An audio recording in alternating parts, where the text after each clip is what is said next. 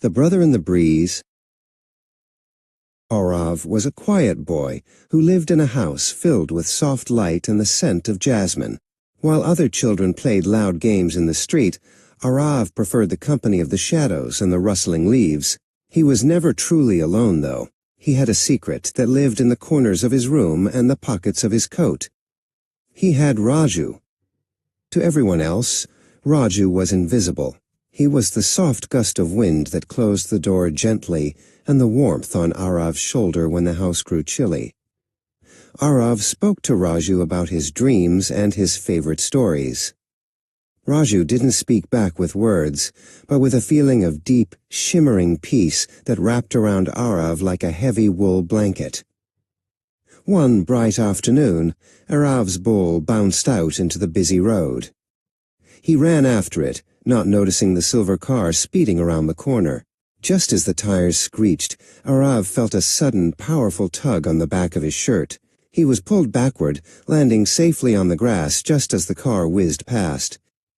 His mother, Aditi, came running out of the house, her face pale with fright.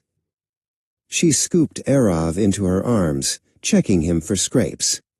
"How did you stop in time?" she cried, her heart racing. Aarav looked at the empty space beside him and smiled. "I didn't stop, Mom. Raju pulled me back." Aditi looked at the empty sidewalk and shivered, though the sun was hot. A few weeks later, Aarav climbed the old stone wall in the park. He lost his footing on a patch of moss and began to tilt dangerously toward the hard ground. But he didn't fall. He felt a steadying weight against his side, like a strong arm holding him upright, until he found his balance again. "Thanks, Raju," he whispered. When winter arrived, Aarav fell ill with a terrible, burning fever. He tossed and turned in his bed, his cheeks flushed red. His parents stayed by his side, but in the deepest part of the night, when they drifted off to sleep, Aarav felt a cool, soothing palm rest against his forehead. The heat seemed to melt away into the touch, and by morning the fever had vanished. While Aarav rested, his father, Karan, decided to clear out some old boxes in the attic. Deep inside a wooden chest, he found a dusty silver frame. He called Aditi over, and they sat together on the floor, looking at a faded photograph of a smiling toddler they had lost many years before, long before Aarav was born. Aditi brought the photo into Aarav's room. "Aarav," she said softly, "we want to show you someone. This was your big brother. He was only 3 when he went to live with the stars."